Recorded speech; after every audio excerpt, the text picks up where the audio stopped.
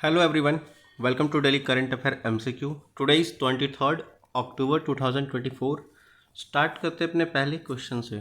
और जिन किसी को अगर इसका पीडीएफ चाहिए तो आपको टेलीग्राम पे जाइए, वहाँ मिल जाएगा और टेलीग्राम का लिंक आपको डिस्क्रिप्शन में मिल जाएगा। Okay, so our first question is consider the following statement with reference to the act east policy. Act east policy recently news में था, तो उसके रिगार्डिंग कौन सा स्टेटमेंट करेक्ट है वो आपको बताना है। So our first option statement is the act east policy primarily focus on military alliance. जो हमारा एक्ट ईस्ट पॉलिसी है, क्या वो मिलिट्री अलाइंस पे फोकस करता है? Second statement, defence development, diplomacy, disaster management are the four pillar of the act east policy. जो act east policy है उसके क्या D4 पिलर्स हैं, वो कौन कौन से कहा जा रहा है? तो डिफेंस, डेवलपमेंट, डिप्लोमेसी और disaster management. Okay, now the third statement is a major challenges in the implementation of act east policy is the lack of cultural exchange. जो मेजर चैलेंजेस है इम्प्लीमेंट करने के लिए एक्ट ईस्ट पॉलिसी को, वो बहुत ही cultural exchange का जो लैक है ना, वो मतलब कल्चर एक्सचेंज के लिए एक दूसरे कल्चर एक्सचेंज बहुत कम है। ये आपका थर्ड स्टेटमेंट कह रहा है। Fourth one is golden quadrilateral initiative aims to enhance the connectivity between the East and South East Asia through this policy. Global quadrilateral initiative जो एम है वो कनेक्ट करेगा आपका साउथ ईस्ट एशिया और India के बीच में इस पॉलिसी के द्वारा। ये आपका कह रहा है फोर्थ वन। तो इस स्टेटमेंट के रिगार्डिंग कौन सा ऑप्शन आपका करेक्ट होगा वो आपको बताना है, तो बताओ। So our correct option is D, none of the statement is correct. Okay, देखो बात करता है एक्ट ईस्ट पॉलिसी की, तो देखो एक्ट ईस्ट पॉलिसी जो था हमारा 2014 में आया था, ठीक है। और 2014 में आने के बाद जो इसका 4 पिलर की बात करी जाए तो 4 पिलर हमारा D4 नहीं था, C4 था। ओके, जिसमें C4 में आपका कॉमर्स आ गया, कनेक्टिविटी आ गई, देखो कॉमर्स आ गया, कनेक्टिविटी आ गई, कल्चरल आ गया, आपका कैपेसिटी बिल्डिंग आ गई। ओके, तो ये C4 होता है, ना कि D4। ओके, और आगे बात करता है कि ये क्या करता है, आपका पॉलिटिकल और इकोनॉमिक फैक्टर को रेदर एक्सचेंज करता है। ओके, और ये इनिशिएटिव जो है वो India, Myanmar, Thailand trial lateral highway को डिज़ाइन करेगा, ना कि इंडिया ऑस्ट्रेलिया के द्वारा, ठीक है। साउथ ईस्ट के द्वारा ऐसा नहीं होगा। ये इंडिया, म्यांमार, थाईलैंड और का ट्राइलेटरल हाईवे बनाने की बात कर रहा है इसमें एक्ट ईस्ट पॉलिसी के द्वारा। Okay, so the now correct option is D, none of the statements correct. Now move to the next question. So which of the following statement are correct in respect to Dandakaranya, ठीक है। Okay, तो now the first statement पूछ रहा है आपका कि कौन सा स्टेटमेंट करेक्ट होगा धंधा कराने के रिगार्डिंग, ठीक है। तो फर्स्ट स्टेटमेंट कहता है धंधा कराने has been since century associated with industrial mining. धंधा कराने जो है वो आपको बहुत सालों से इंडस्ट्रियल माइनिंग में एसोसिएटेड है, उससे रिलेटेड है। ओके, सेकेंड स्टेटमेंट कहता है धंधा कराने include the part of Chhattisgarh, Orissa, Telangana, Andhra Pradesh, Maharashtra. धंधा कराने जो पार्ट है वो इंक्लूड करता है आपका छत्तीसगढ़, उड़ीसा, महाराष्ट्र, तेलंगाना और आंध्र प्रदेश को। ओके, थर्ड वन, दंड कराने is known for its significant population for tribal community. दंड कराने जो है वो आपको सिग्निफिकेंट पॉपुलेशन, ट्राइबल कम्युनिटी के सिग्निफिकेंट एक ट्राइबल कम्युनिटी के एक पॉपुलेशन को लेकर के बात की जाती है, ये बता रहा है, ठीक है। तो कौन सा स्टेटमेंट करेक्ट होगा धंधा कराने को लेकर के, ये आपको बताना है, तो बताओ। So our correct option is B, 2 and 3 are correct. Okay, देखो बात क्या करता है 2 और 3 का, धंधा कराने जो है बेसिकली ये जो ट्राइबल कम्युनिटी थी ना, उसको एक उसके पॉपुलेशन को रिप्रेजेंट कर रहा है ये धंधा कराने, ठीक है।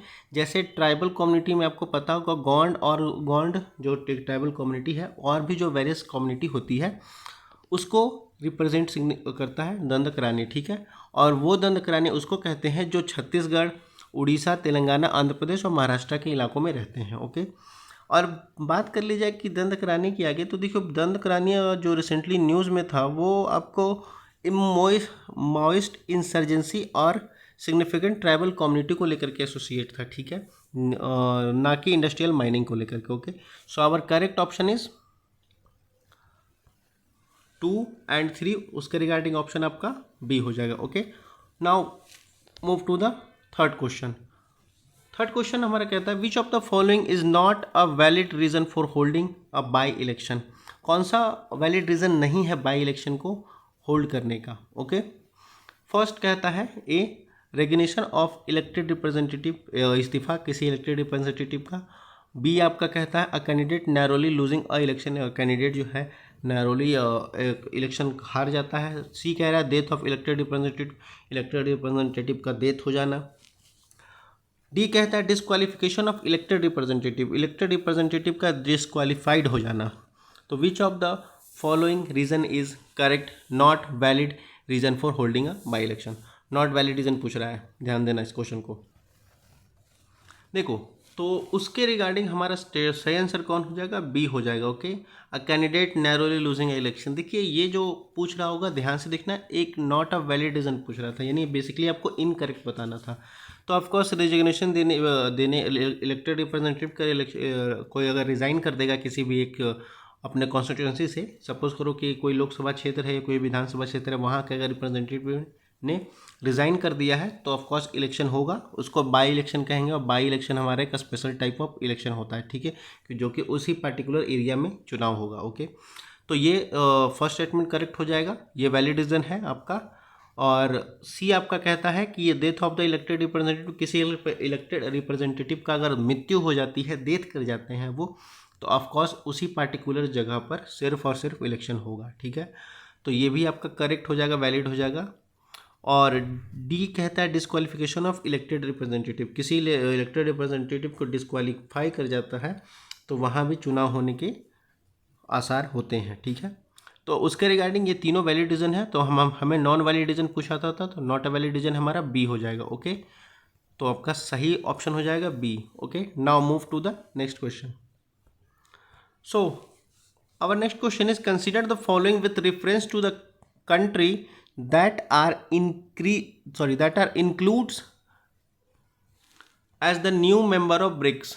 कौन है जो न्यू मेंबर बना है ब्रिक्स का, वो आपको बताना है। ओके, फर्स्ट है आपका सूडान, सेकंड है आपका सऊदी अरेबिया, थर्ड है आपका अल्जीरिया, फोर्थ है आपका इराक। तो इनमें से कौन है जो न्यू मेंबर बना है आपका ब्रिक्स का। ओके, तो बताओ। So our correct option is D. None of the country is became the member of BRICS. So became the member of BRICS, हमारा member इस पर कौन बना है ब्रिक्स का। तो देखो पहले तो ब्रिक्स की बात कर ली जाए तो ब्रिक्स है क्या। तो ब्रिक्स में देखो ब्रिक्स जो इस बार होस्ट किया गया था, ऑफकोर्स वो रशिया में होस्ट किया गया था, ठीक है। अब न्यू मेंबर जो ब्रिक्स के बने हैं वो इजिप्ट बना है, इथोपिया बना है, ईरान बना है और UAE बना है, यूनाइटेड अरब अमीरेट्स। ओके, तो ये सारे कंट्री बने हैं, याद रखिएगा, बहुत इंपॉर्टेंट हो जाएगा, एग्जाम पर्सपेक्टिव से पूछ लिया जाएगा क्योंकि इस बार सबमिट हुई है और सबमिट होने में रशिया में सबमिट हुई थी, जो कि वहाँ रशिया यूक्रेन कॉन्फ्लिक्ट चल रहा है 2 साल से। ओके, तो आपका करेक्ट ऑप्शन डी हो जाएगा। Now move to the next question. So this is the last question of this session. Consider the following with reference to the international monetary fund, IMF के रिगार्डिंग कौन सा statement correct है वो आपको बताना है। So our first statement is the function of IMF is to facilitate the international trade and ensure the exchange rate stability. Function हमारा जो IMF का है वो फैसिलिटेट करता है इंटरनेशनल ट्रेड को, इंश्योर करता है एक्सचेंज रेट स्टेबिलिटी को। ओके, ये इंटरनेशनल ट्रेड जो हम करते हैं, एक दूसरे से, एक कंट्री से दूसरे कंट्री हमारा ट्रेड होता है, उसको इंश्योर करता है, उसको फैसिलिटी और स्टेबिलिटी प्रोवाइड कराता है। ओके, सेकंड आपका कहता है कि the headquarter of IMF is located in New York. IMF का जो हेडक्वार्टर है वो न्यूयॉर्क में लोकेटेड है। थर्ड कहता है as of 2024 there are total number of 185 member country. IMF में टोटल मेंबर कंट्री जो है वो 185 है, 2024 तक की बात कर रहा है। फोर्थ कहता है United state hold the largest voting share in the IMF। United state जो सबसे लार्जेस्ट वोटिंग शेयर करता है IMF में। तो कौन सा स्टेटमेंट करेक्ट है वो आपको बताना है, बताओ।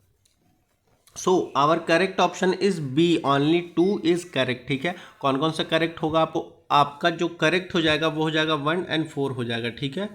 2 and 3 इज इनकरेक्ट। ओके, आपका जो ये हो जाएगा इंश्योर करता है ऑफकोर्स, और ये लार्जेस्ट वोटिंग शेयर है आपका मॉनेटरी फंड में यूएस का। ओके, अब बात करता है कि इनका हेडक्वार्टर कहाँ, तो देखिए हेडक्वार्टर आपका न्यूयॉर्क में नहीं है, वाशिंगटन डीसी में है। ओके, और ये 185 मेंबर नहीं है, 189 मेंबर है। Okay, so our correct option is B, और 1 and 4 इज करेक्ट। ओके, और ये हमारा वाशिंगटन डीसी हो जाएगा और यहाँ 189 मेंबर हो जाएंगे। ठीक है, okay, that's all for the today session.